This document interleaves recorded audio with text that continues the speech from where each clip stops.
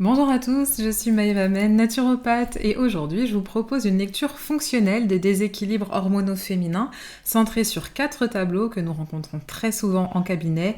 Je nomme le SOPK, l'endométriose, les fibromes, mais également le syndrome prémenstruel avec sa forme plus sévère, le TDPM, les troubles dysphoriques prémenstruels. Donc l'objectif, ça va pas être de faire 4 mini-conférences séparées sur ces thèmes, sinon bien sûr on n'aurait pas assez de 30 minutes. Là c'est d'ailleurs un gros challenge que de pouvoir traiter ça de manière assez transversale. J'espère que vous trouverez pas mal d'infos intéressantes à ce sujet. Mais en tout cas, l'objectif, ça va être de montrer ce que tous ces tableaux ont en commun, ce qui les différencie également, et surtout comment la naturopathie peut aider à lire les terrains dominants. Donc on va parler du métabolisme, de l'inflammation, des ratios œstrogène, progestérone, androgène, de la sphère neuro-endocrinienne, digestive, immunitaire, etc. Alors pour commencer, il me semblait important de sortir d'une vision trop simplifiée de l'hormone isolée. Et avant d'entrer dans les tableaux cliniques, justement, je voulais vous poser une idée essentielle, c'est qu'une hormone n'agit jamais seule. Elle n'est pas simplement produite puis active, comme un interrupteur qu'on va allumer puis qu'on va éteindre. Elle doit être produite, elle doit être transportée, reconnue par un récepteur, transformée, puis éliminée. Et à chaque étape, le terrain de la personne, de la femme en l'occurrence, peut modifier la réponse. Prenons les oestrogènes par exemple. On peut avoir une production ovarienne absolument correcte, mais une fraction libre augmentée si la molécule de transport, la SHBG, est basse, par exemple dans un contexte d'insulinorésistance. On peut aussi avoir des taux qui semblent acceptables, mais par contre on va avoir une sensibilité tissulaire qui va être excessive, ou au contraire qui ne va pas l'être assez. Et notamment si le tissu exprime beaucoup de récepteurs ou trop peu, ou bien si l'inflammation modifie la réponse cellulaire. On peut aussi produire normalement les oestrogènes, mais les éliminer moins efficacement si la conjugaison hépatique, le flux biliaire, le transit ou les strobolome dont on va parler tout à l'heure sont en déséquilibre. Et c'est pour ça que l'accompagnement naturopathique et l'accompagnement fonctionnel ne consiste pas à coller une plante ou un remède à une hormone. Il faut vraiment comprendre la dynamique, il faut savoir où le système perd sa régulation pour pouvoir justement remettre un petit peu, en tout cas aider l'organisme à se remettre à l'état d'équilibre. Et chez la femme menstruée, le meilleur indicateur de cette régulation globale, ça reste quand même souvent le cycle ovulatoire.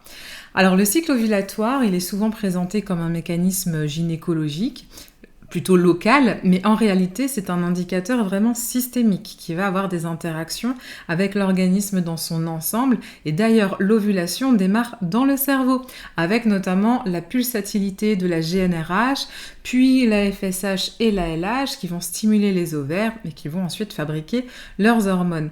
Mais cette coordination, elle va dépendre du contexte général. Ça veut dire que le cerveau ne déclenche pas l'ovulation de manière automatique. Il va d'abord vérifier si le corps est dans de bonnes conditions. Donc il va vérifier s'il y a une bonne disponibilité énergétique, ça veut dire est-ce qu'il y a assez d'énergie, assez de nutriments, pas trop de restrictions, pas trop de surmenage. Au niveau de l'insuline et la leptine, elles vont elles aussi renseigner sur l'état métabolique. Alors, est-ce que la glycémie est bien régulée? Est-ce que les réserves énergétiques, justement, sont suffisantes? Quant aux hormones thyroïdiennes qui sont vraiment en interaction, justement, avec les hormones féminines, elles vont donner aussi du rythme au métabolisme.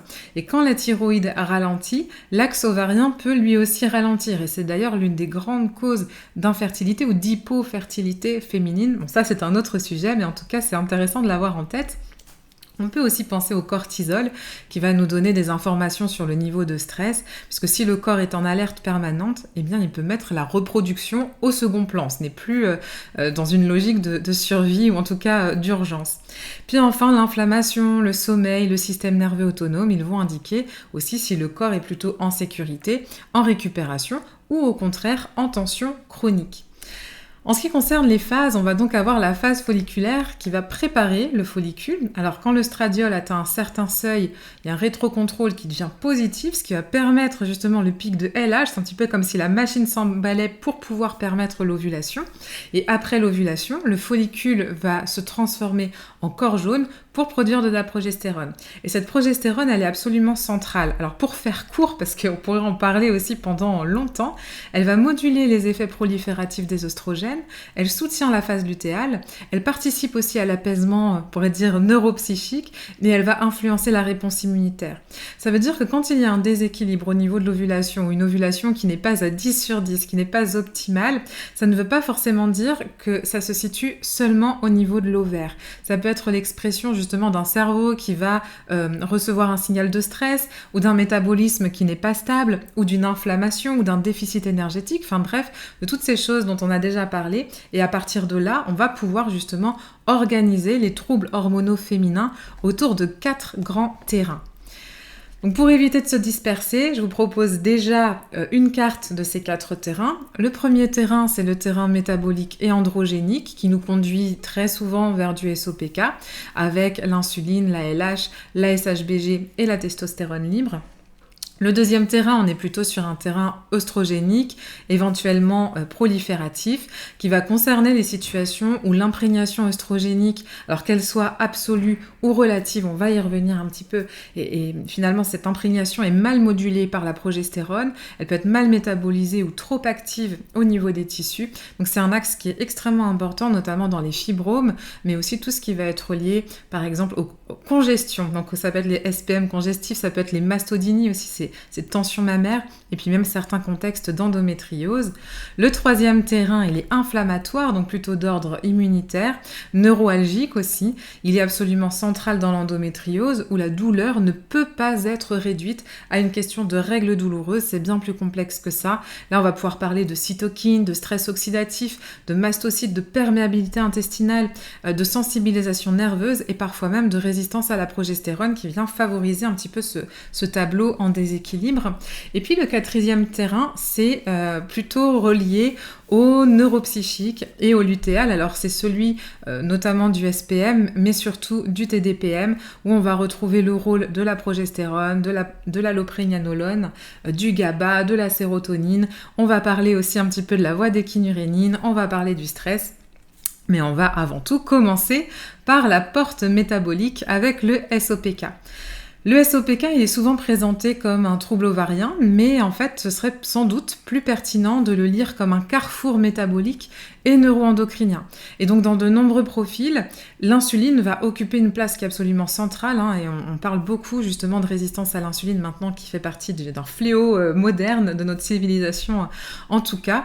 Et en tout cas, quand cette insuline est chroniquement élevée ou que la sensibilité à l'insuline diminue, ça va stimuler la production ovarienne d'androgènes. En parallèle, on va avoir une diminution de la SHBG, qui est donc cette globuline qui transporte les hormones sexuelles.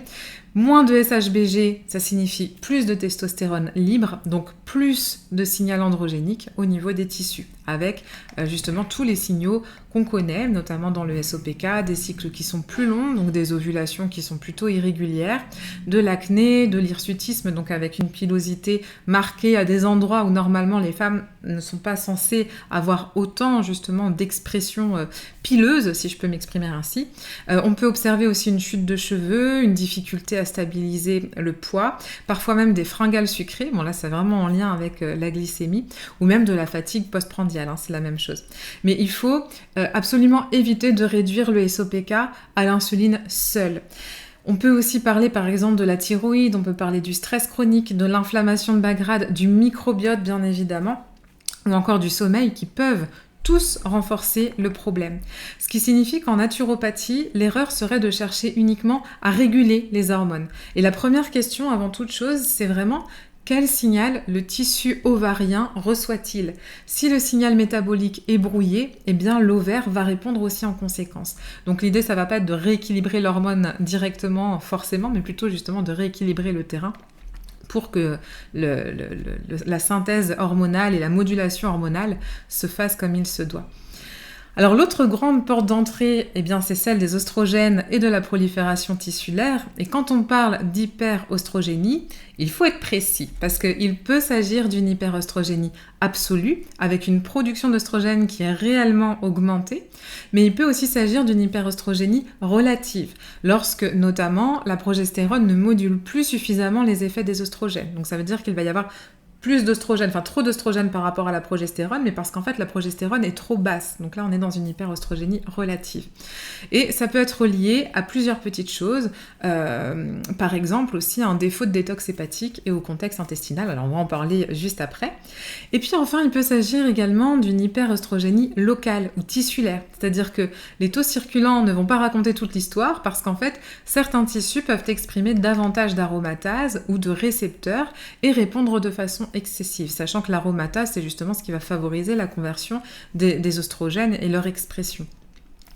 Les oestrogènes, alors ils ont tout un tas de fonctions très très intéressantes d'ailleurs. Ils vont soutenir la croissance, ils vont soutenir la vascularisation, la trophicité des tissus, la libido, la qualité des tissus, de l'os, la peau, le système cardiovasculaire, etc. Donc ils ne sont pas un problème en eux-mêmes. D'ailleurs, il y a rarement de problème en soi dans le corps, mais le problème va apparaître lorsque le signal de prolifération n'est plus correctement modulé. Et justement, la progestérone a ce rôle de contrepoids. C'est elle qui va freiner la prolifération, notamment de l'endomètre, et qui va apaiser certains des effets neuroexcitants des oestrogènes, qui va également moduler l'inflammation et soutenir justement une différenciation tissulaire adaptée. Et ça va permettre de relier des signes apparemment différents. On va retrouver ici aussi, par exemple, des tensions mammaires, les mastodinies, des règles abondantes, puisque plus on va avoir d'oestrogènes, plus l'endomètre, justement, le tissu va proliférer, et donc plus quand il va desquamer, eh bien, les règles vont apparaître. On va retrouver aussi des syndromes prémenstruels plutôt congestifs. Ça peut être également des migraines cataméniales, donc qui vont apparaître au moment des règles, ou encore des fibromes, ou même justement voilà, des douleurs qui sont toujours désagréables et inconfortables, bien évidemment, et qui peuvent tous ces signes-là peuvent être liés à une hyperoestrogénie, qu'elle soit absolue ou relative. Donc pour comprendre aussi la persistance de ce signal oestrogénique, il faut quand même regarder le foie, l'intestin et ce qu'on appelle l'œstrobolome. Alors ça, c'est une diapo qui est absolument centrale parce qu'elle permet d'éviter la phrase un peu trop vague « il faut soutenir le foie ». On sait que le foie, c'est aussi le chouchou du naturopathe, mais il y a une raison derrière cela. Pourquoi? Qu'est-ce qui se passe? Qu'est-ce que le foie vient faire ici? En fait, une fois que les oestrogènes sont utilisés, ils doivent être transformés et ils doivent être aussi éliminés. La phase 1 hépatique va les hydroxyler via des enzymes, les enzymes du cytochrome P450, avec différentes voies métaboliques. Et certains métabolites vont être considérés comme plus protecteurs, là on est plutôt dans la voie 2EH, d'autres vont être plus prolifératifs ou plus instables s'ils ne sont pas correctement neutralisés, là on va être par exemple plus dans la voie 16OH. Et ensuite, on va avoir une deuxième phase, donc la phase 2, qui va les conjuguer. Alors, on va avoir différents processus avec des noms barbares. On va parler de méthylation, on va parler de sulfonation, on va parler de glucuronidation. Et c'est ce qui va permettre, en fait, de les chapeauter, entre guillemets, pour les rendre éliminables. Mais le foie ne travaille pas seul. C'est-à-dire que les oestrogènes conjugués doivent être excrétés par la bile, puis ensuite évacués dans les selles. Et si le transit est ralenti, si la bile circule mal, ou bien si le microbiote intestinal contient un estrobolome trop important qui va produire trop d'une enzyme qu'on appelle la bêta-glucuronidase, une partie des oestrogènes va être déconjuguée, donc réactivée, puis réabsorbée par l'organisme au lieu d'être éliminée. C'est comme si ces bactéries intestinales venaient défaire ce que le foie s'était embêté à faire pour empêcher l'élimination des oestrogènes et au contraire les renvoyer dans la circulation. Donc ça maintient évidemment un climat d'hyperoestrogénie, en tout cas ça y participe. Donc l'estrobolome, c'est vraiment une interface entre le microbiote, le foie, le statut hormonal, et c'est un excellent exemple de lecture fonctionnelle, c'est-à-dire que le symptôme est certes gynécologique, mais l'un des leviers peut être absolument digestif, hépatobiliaire ou microbiotique, donc il faut aussi aller voir de ce côté-là. Dans l'endométriose, cette interface hormonale se combine très souvent avec un terrain inflammatoire et immunitaire qui est très marqué.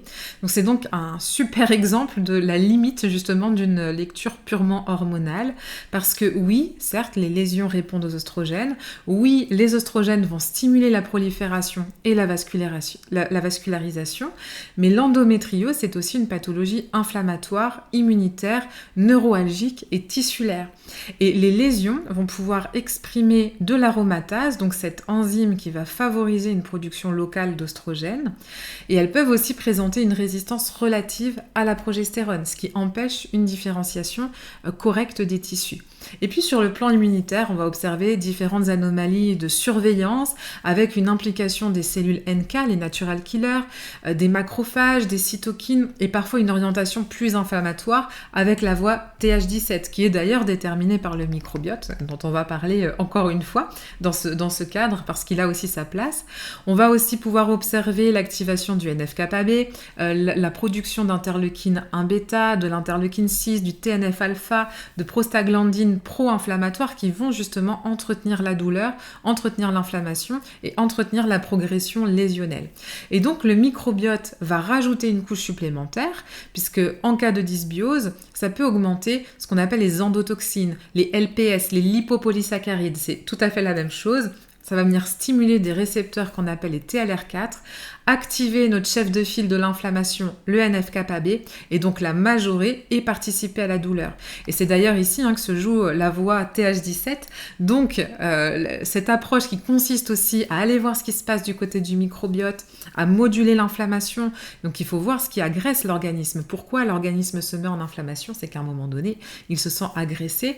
Est-ce qu'il a aussi les matériaux nécessaires à sa résolution? Donc, on va penser par exemple aux oméga 3, on peut penser aux polyphénols. On va optimiser la digestion, on va aller voir aussi du côté de l'axe intestin foie, ou foie-intestin, et puis bien évidemment on va prendre en compte le stress, le sommeil, éventuellement penser au magnésium, alors pour toutes ces raisons, mais aussi pour le côté spasmodique, douloureux, etc., proposer des mouvements adaptés. Et on peut voir 5 femmes atteintes d'endométriose dans la même journée, elles ne repartiront pas forcément toutes avec exactement les mêmes conseils, d'où l'intérêt justement de notre approche individualisée. Alors un petit zoom sur les fibromes maintenant, qui partagent d'ailleurs certains axes oestrogéniques, mais leur logique tissulaire est un petit peu différente. En fait, ce sont des tumeurs bénignes au niveau du myomètre, donc au niveau du muscle de l'utérus, qui ne doivent pas être confondues avec l'endométriose, même si les deux peuvent être accompagnés ou aggravés par une imprégnation oestrogénique et un terrain inflammatoire. Ici, la logique dominante, c'est plutôt celle de la prolifération bénigne du muscle utérin et de la matrice extracellulaire. Donc on peut lire les fibromes finalement comme un dialogue entre les hormones stéroïdiennes, les facteurs de croissance qui sont quand même très impliqués aussi dans ce déséquilibre, l'inflammation chronique bien évidemment. On va aussi penser à la qualité du tissu conjonctif et au stress oxydatif, en tout cas à l'environnement oxydatif. Et puis toujours ces oestrogènes qui vont participer au signal de croissance, mais dans les fibromes, il a été montré que la progestérone intervient aussi dans certains mécanismes de croissance fibromateuse. Donc il faut sortir aussi de cette vision peut-être un petit peu trop simple, où il suffirait de baisser les oestrogènes, entre guillemets, même si rien que le fait de baisser des oestrogènes, c'est déjà bien plus compliqué que de le dire. En tout cas, bien plus diversifié que de le dire. En accompagnement naturo, alors les priorités ne vont pas forcément être les mêmes que dans le SOPK ou dans le syndrome prémenstruel.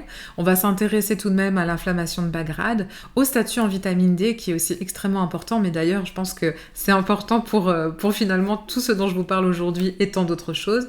On va aussi s'intéresser au fer, surtout lorsque les saignements sont abondants, ce qui est quand même fréquent quand il y a présence de fibromes.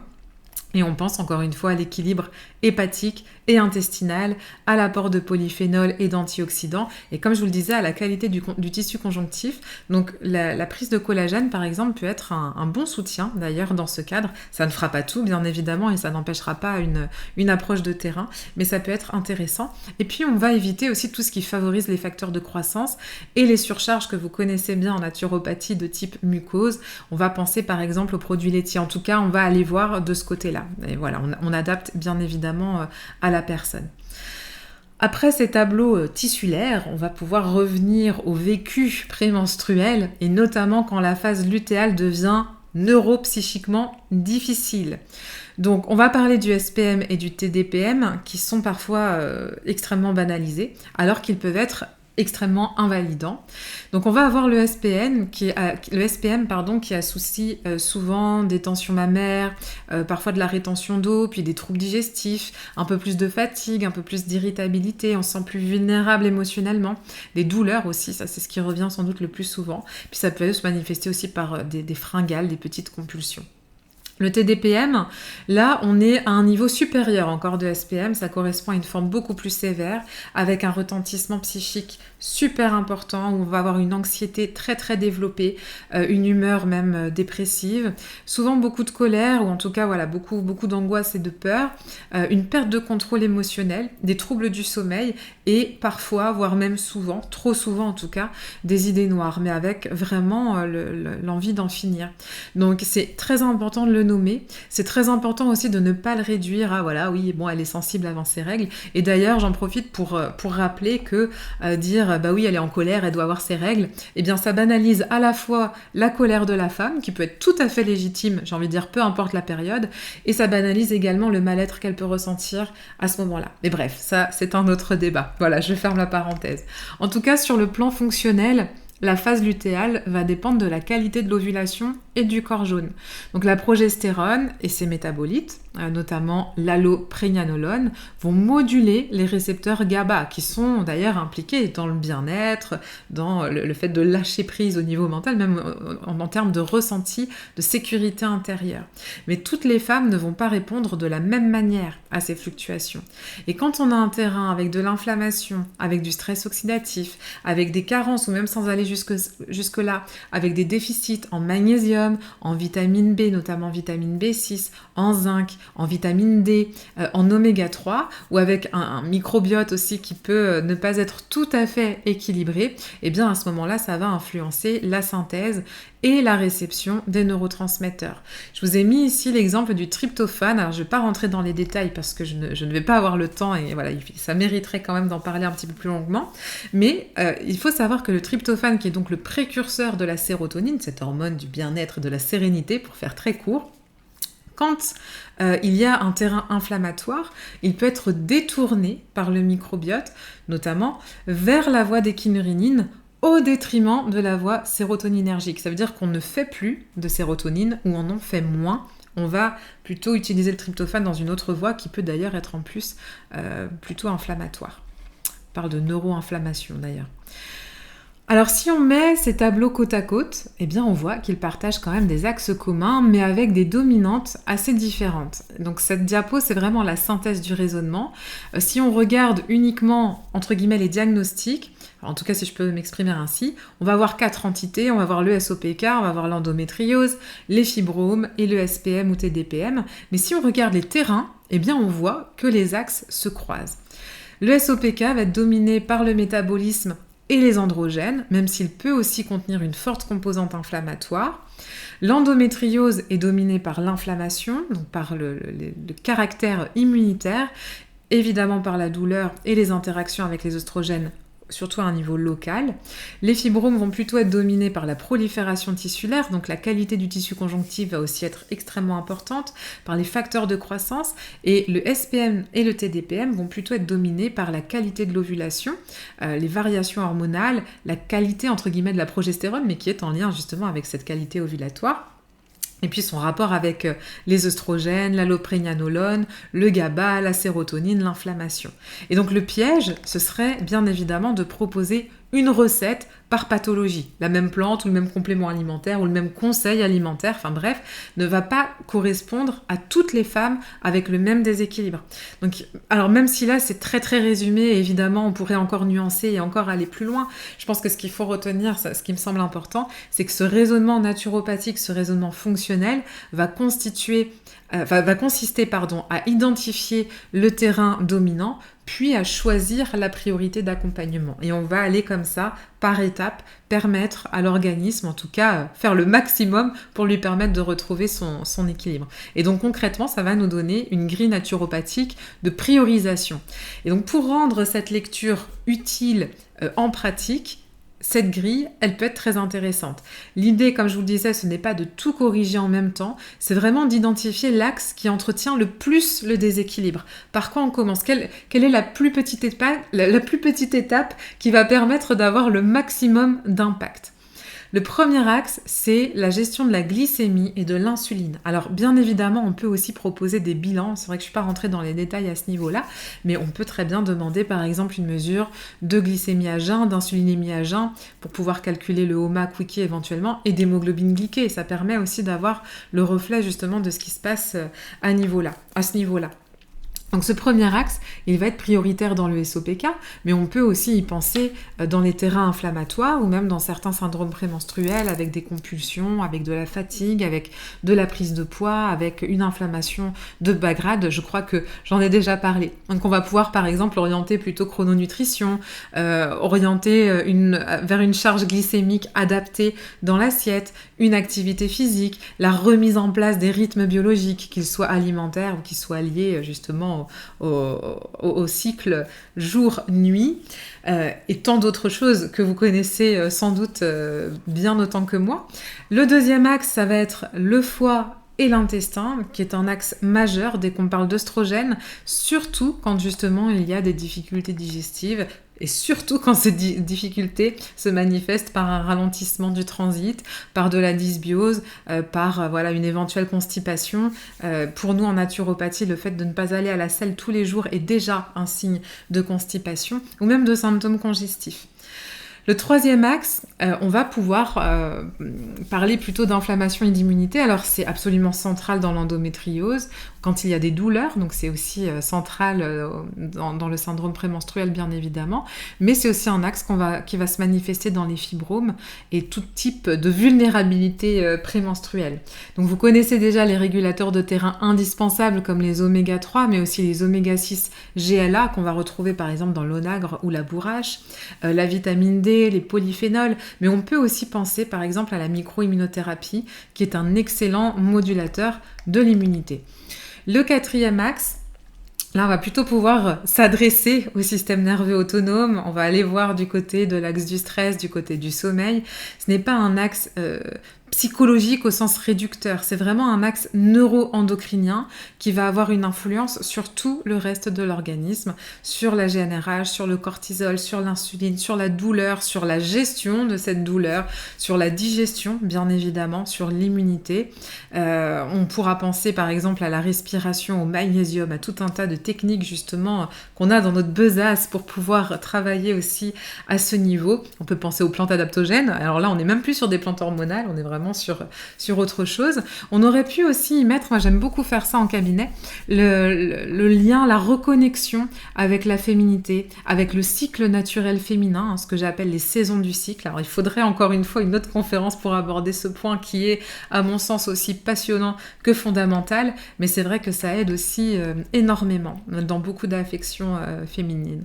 Le cinquième axe que je vous propose, on est plutôt axé micronutrition, thyroïde, alors j'ai envie de dire en fait tout le fonctionnement cellulaire au sens large, voire même mitochondrial, parce qu'en fait sans ces cofacteurs, sans ces vitamines, sans ces minéraux, eh bien les enzymes, les récepteurs et la mitochondrie ne vont pas pouvoir travailler de manière adaptée, et bien évidemment la santé de ce qu'on appelle le mitobiote, donc le parc mitochondrial, est absolument indispensable parce qu'il prend en charge la synthèse des hormones stéroïdiennes. Et puis enfin, on va pouvoir revenir aussi au tissu cible. Donc à ce moment-là, on pourra aller voir les ovaires, l'endomètre, le myomètre, éventuellement la muqueuse digestive, le système nerveux, etc. pour avoir une action soit plus ciblée, plus locale, soit une action locale, mais qui aura quand même des répercussions au niveau du système. Et je pense notamment à la muqueuse digestive quand je dis ça. Et donc pour conclure, eh bien, on pourrait dire qu'accompagner la femme, c'est finalement lire et restaurer une dynamique de régulation. On pourrait dire que finalement le diagnostic qui a été posé nomme le tableau, mais que le terrain va expliquer la trajectoire à apporter. Que ce soit SOPK, l'endométriose, les fibromes, le SPM, TDPM, etc., aucune de ces affections n'est interchangeable. Ils n'ont pas les mêmes dominantes, ils n'ont pas les mêmes tissus cibles, ils n'ont pas les mêmes propriétés, ni les mêmes priorités d'ailleurs, et par contre, ils vont partager des axes de régulation. au niveau du métabolisme, au niveau de l'inflammation, au niveau de l'axe foie-intestin, au niveau de l'immunité, au niveau du stress, du sommeil, de la micronutrition, de la thyroïde, des sensibilités hormonales, et j'en ai peut-être oublié, mais bref, c'est tout ce que je vous ai dit justement dans cette vidéo. Et donc la valeur de l'accompagnement naturopathique réside précisément là, je vais y arriver. Ça veut dire qu'il ne faut pas simplifier abusivement, ne pas faire une pathologie égale une plante. L'idée, c'est vraiment d'aider l'organisme à retrouver des conditions de régulation en le plaçant dans un contexte en fait qui est bon pour lui. Donc on est vraiment dans une approche dynamique, individualisée, respectueuse du corps féminin et aussi de sa complexité. Alors voilà, en tout cas, je vous remercie pour votre attention. J'espère vous avoir apporté quelques petites bribes, en tout cas pour rester curieux, pour continuer de vous documenter sur ces sujets qui sont passionnants et qui mériteraient bien plus d'une demi-heure de conférence, bien évidemment. On pourrait dire que c'est un amuse-bouche et qu'on pourra éventuellement se retrouver, en tout cas avec grand plaisir, pour d'autres interventions. Alors merci pour votre attention et puis à très bientôt pour la suite.